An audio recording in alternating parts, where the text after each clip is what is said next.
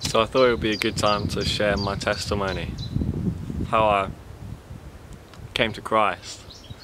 I got baptized last year, May last year, 2017, but it's been a long journey before that, and so I just thought I would share my testimony for anyone that's interested.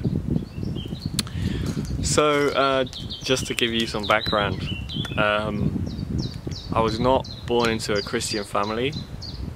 I heard about Jesus, but in fact we used to sing about Jesus in primary school. We used to sing, "It's great, great, brill, brill, wicked, wicked, skill, skill to have a friend like Jesus." But you know, that was just empty words. There was no context behind it. We used to sing, "My God is great, He's mighty, He's powerful and strong." Now I'm like, yeah. But back then, you know, there was no context. No one even tried to explain who God is, what God is, there was no context there. So actually, you know, someone put it into really good words for me. It's almost like an immunity shot. You know, where you get a little bit of the disease and then you become immune to it. It's like that. I just heard his name, but without any of the real meat, without any real understanding behind it, and it was just enough to make me immune to it. So from that moment on, me and all of my friends, we were kind of opposed to Christianity, because you see it everywhere. In England particularly, there's churches every 100 meters and they're just empty buildings. You go, you sit in there. As far as I could see, God wasn't there. It was just sitting down for 2 hours, listening to someone speak, being really bored and then leaving. There was no relationship in that. So that was my experience of Christianity. My parents weren't Christian, but we did have a lot of spiritual experiences. So from a young age, I was aware that there was something outside of this realm, right? Like, I won't go into it, but just briefly, we lived in a house, and both my mum and my brother used to see all kinds of things in this house that were inexplicable. So, you know, we were aware that there's probably things that we can't understand outside of this reality. So that was my experience of Christianity. I kind of heard about it, checked it off, like, I don't need to know about that. There's no truth in it. From what I can see, it's just a dead religion. So I was quite comfortable with that. So I went on in life, but I had a heart for truth. And quite early on, me and my friends group, we started getting into alcohol, we started drinking. Not like it was a problem, but we were just like seeking for something outside of that box that you live in when you're in school. And then we got older and we were open to like doing different drugs when we were 16, 17 or so. And when I was 18 or 19, I was on this holiday with my friends. In England we call it a lad's holiday. And anyone familiar with that term can probably imagine what it pertains to, what it consists of. Which is like, you know, getting drunk, chasing after women. But we were a really tight group of friends, and there was just a moment on that holiday when I experienced what at that time I would probably call like spiritual enlightenment. Like, something just switched in my heart and I became in love with my surroundings. I was looking at the mountains and the sea and people's generosity, and I was filled with love, and it became very clear to me that those things that were a priority in my life, like chasing girls and getting drunk and all that stuff, was just, you know, there was so much more above that. That was like nothing, you know, there was so much more. So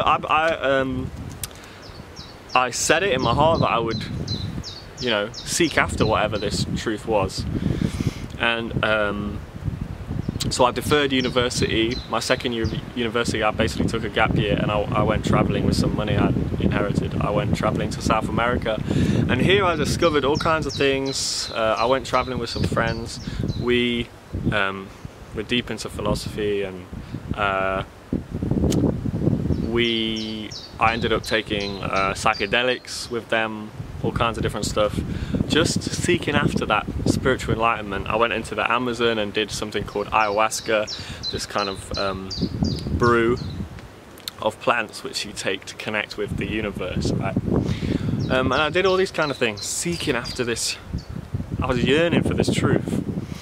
And so yeah, that's significant because it led me on this journey of seeking and seeking and seeking. I learned a lot. I went to Asia, I discovered meditation and Vipassana, all these practices where you could focus your mind, and I started to interact with the spiritual realm, and it became more real to me. I saw that it's definitely real, this spiritual realm. Alongside this pursuit of truth, I was also into conspiracy theories. I was looking into each sector of society, and what I found was no matter where you looked, whether it was the music industry, the economy, financial institutions, every sector of society, the further you looked, the more you saw there was this elite cap on the top of it, hidden from society. And just to put it shortly, they all seemed to worship this entity called Satan, you know, and that was interesting to me because I already had this affirmed in my life, right? Just to go back a bit, someone in my family who I've never met, but it's like my immediate family,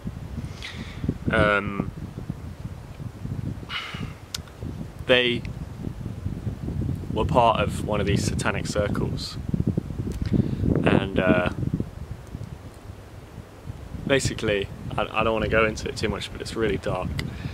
For the sake of this satanic circle, they tried to make a sacrifice, which was extremely disturbing. And so I was aware that this stuff was real. She was speaking in different languages that no one could understand. She was drawing pentagrams in blood and showing a lot of strength, physical strength.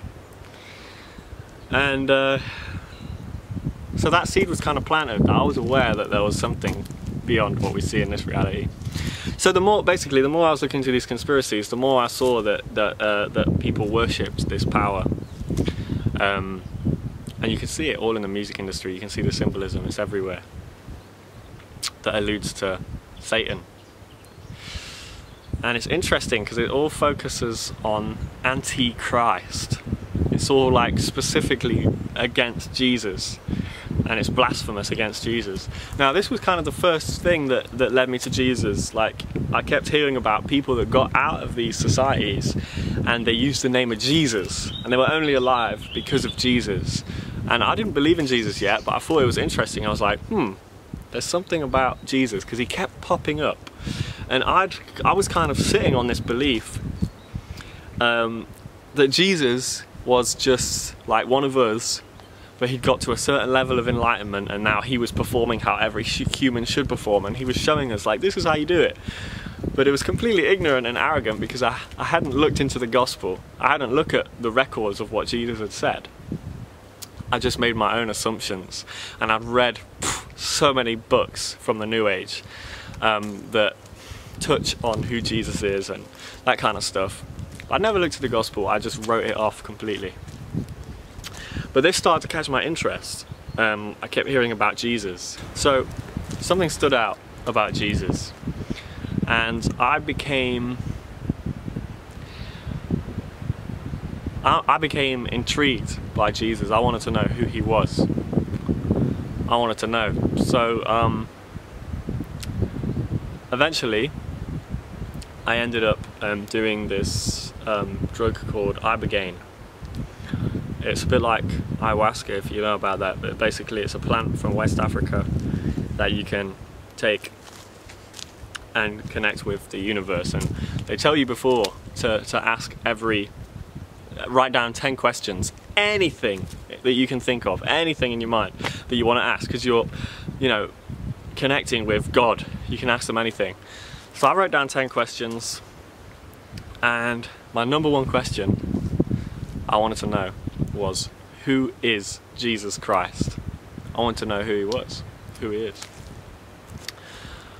So I had this experience. Basically, you're under the influence of this drug for like 48 hours.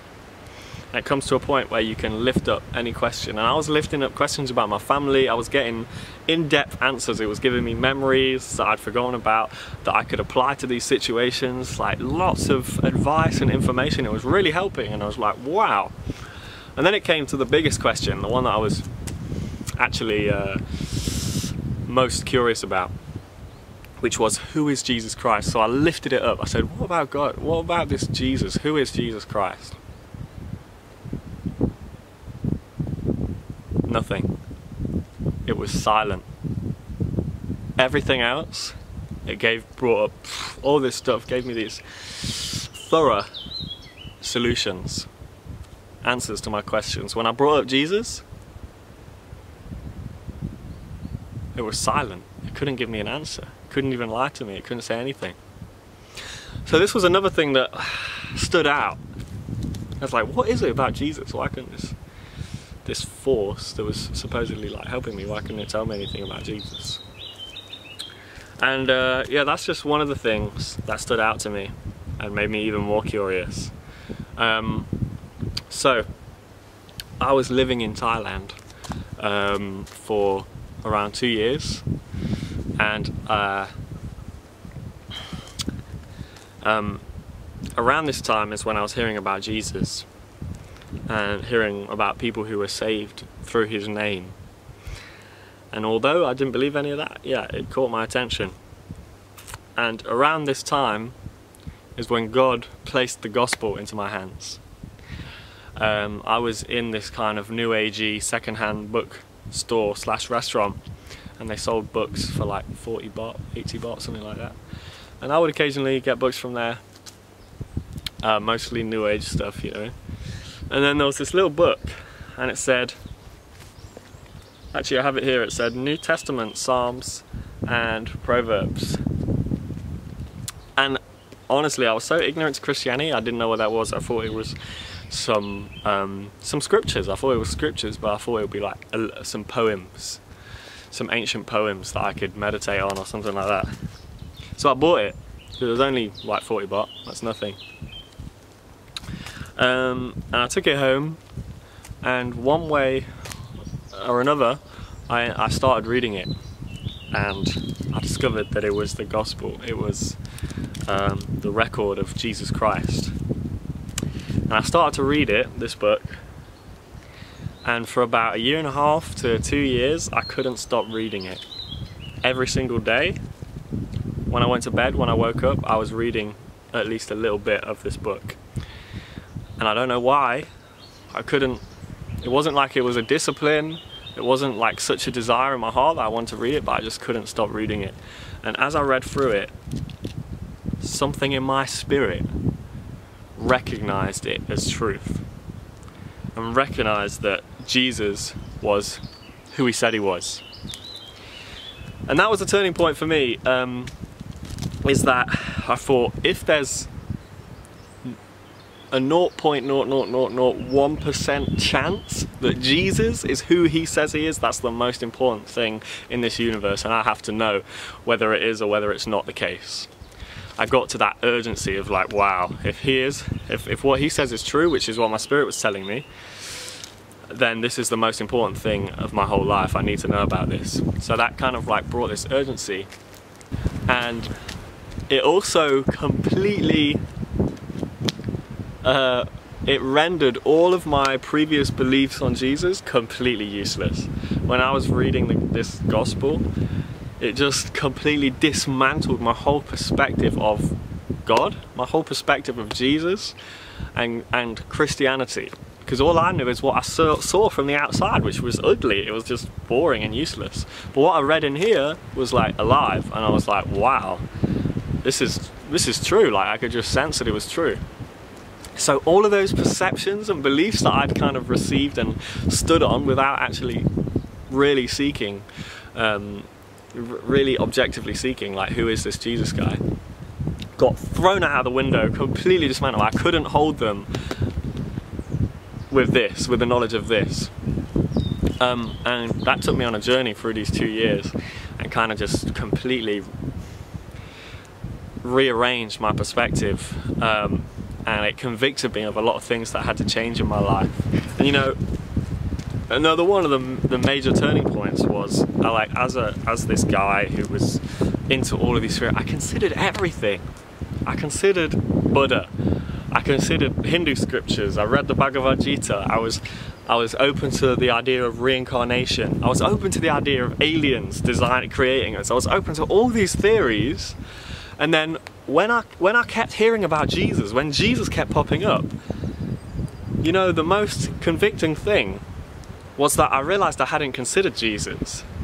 You know, the more I looked into these conspiracies, I saw that people, you know, the dark side, and then I looked to Jesus and I was like, I haven't even looked at that. I'd completely thrown it out without any worthy cause. I didn't have a worthy cause to just be that ignorant, to ignore Jesus. And that convicted me, because I was like, wow, I thought I was this open-minded guy who would consider anything objectively, but I'd completely done the opposite. I'd written off Christianity with no real cause. I hadn't looked into it, I hadn't read the Bible, I hadn't read the gospel. I just assumed that there couldn't be truth there. And that was the turning point. I was like, wow, I'm really not open-minded. I've actually been really ignorant to this. Like, whether it's true or not, I haven't even looked. I've just accepted what people around me have said, and I've accepted largely kind of what society says. And then that also occurred to me, like, why do I trust society? It's messed up, look at it, it's evil. So that was a turning point for me. I started to seek for myself, and I started to read what this book said about Jesus and what Jesus said was recorded to say in the Gospels. And that's when he started to change my heart. That's when he started to renew my mind and dismantle it, and completely shifted my perspective. And that was a gradual process, but it was a gradual process of conviction. And now I'm at a point where what I believed in that first moment when I read this gospel, the things that I believed that I was reading Jesus talk about, I just knew it was true. I believed it, and now at this stage, I see it every day. It's real. Like, that gospel that I first believed in, I didn't necessarily see in the church. I was going to church, but I didn't necessarily see what I read in here. You know, it was nice for community and friends and stuff, but I didn't see it in what I knew to be true. And only recently, as I've been stepping out in faith and trusting God, and acting on my belief, have I seen that every word that he says in here is true. And he'll back it up, and he'll show you through miraculous signs and wonders. But you have to have a objective, sincere heart. You have to humble yourself and admit that you don't know, that you could be wrong about this reality. You know, if you're willing to consider these Eastern philosophies and don't cut Jesus off out of ignorance, because that's what I did. And I saw that I thought I was this open-minded guy, but actually I wasn't, because I hadn't been open to Christianity. And this is another thing, you know, people think they've considered Christianity, but they've only considered people.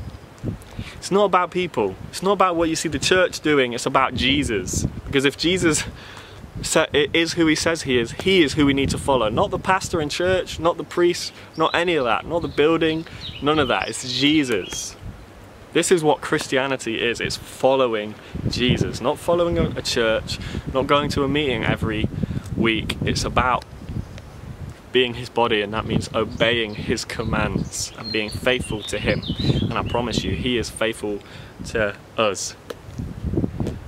And his word says that seek and you will find, ask and you will receive, knock and the door will be opened. And that's exactly what I've experienced. When I really asked from an objective standpoint, without, you know, this tower of prejudice and judgment, I had to level it out, and without this, without the other side of wanting to believe and just being gullible, I was just like, come on, like, let me just read this and have an open heart, and that was all it took. That was enough space for God. He transformed me, He transformed my heart, and now He's leading me every day, leading me through His Word, and it's incredible. You know, you've probably got a belief system already made up about what I'm telling you, but you have to ask yourself, where did that belief system come from? Did it come from a sincere desire to know the truth? Did it come from other people? Did it come from reading the gospel and just thinking, oh, this is definitely not true? Where did it come from? Because I really believe there's nothing more important to consider. Because Jesus was real. There's no doubt about that. No historian disagrees that Jesus wasn't real. That there's so many testimonies of Him healing the sick and doing miraculous signs and wonders. That's just, all historians can agree on that. All scholars can agree on that. He was crucified on the cross. He was witnessed rising from the dead. You know, if you are an atheist, you have to come up with some kind of solution, like, okay, well, they were all of those 500 witnesses, they were just insane, or they were trying to lie. But then, you know, the disciples, they went on and they're recorded dying for this belief. They were dragged by horses to death. They were pulled apart. They were crucified upside down for their belief in Jesus. They stood on the fact that they'd seen Him resurrected from the dead. And then it leads us to, like, yeah, we really need to consider this gospel.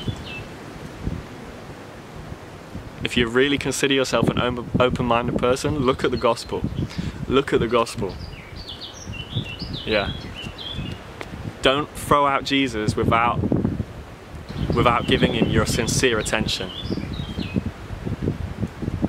And I will make another video going into the gospel, because people hear about Jesus and Jesus dying on the cross and it's just so out of context, you know? But there is understanding to be had. He made it simple so we could grasp it, and there is freedom there. So I'll probably make another video going into the gospel, just simple gospel. Because yeah, you can go into a church for 10 years and not even hear the gospel. You might hear little segments of it, but man, don't look to Christianity. I mean, as we know, as what we know as Christianity, don't look to that. Look to Jesus. If He is who He says He is, you can ask Him directly. Get alone. If there's any part of you, if there's just the smallest part of you that thinks that it could be true, then it's worth putting your whole heart towards that to know for yourself. At least if you put your whole heart towards it and open your heart to it, and ask sincerely, and then you find that it's not true, you've looked for yourself and you know. But whatever you do, don't let it pass by without seeking. Don't sit on other people's beliefs or this society's beliefs, because it's the most important matter of all time. So I just want to thank you for listening to my testimony. I pray of anything that it would lead you, that it would spark that desire to know the truth. You cannot consider something without sincerely seeking it out. So I can guarantee most people watching this have some kind of belief about Jesus. And I just want you to question that belief. Have you sought out every possibility? Have you really been open to every possibility? Or have you been led by other people? Have you been led by society? Have you been led by your friends? And I'm saying, don't be led by me, but you've got to seek it out of your heart. You've got to seek it for yourself.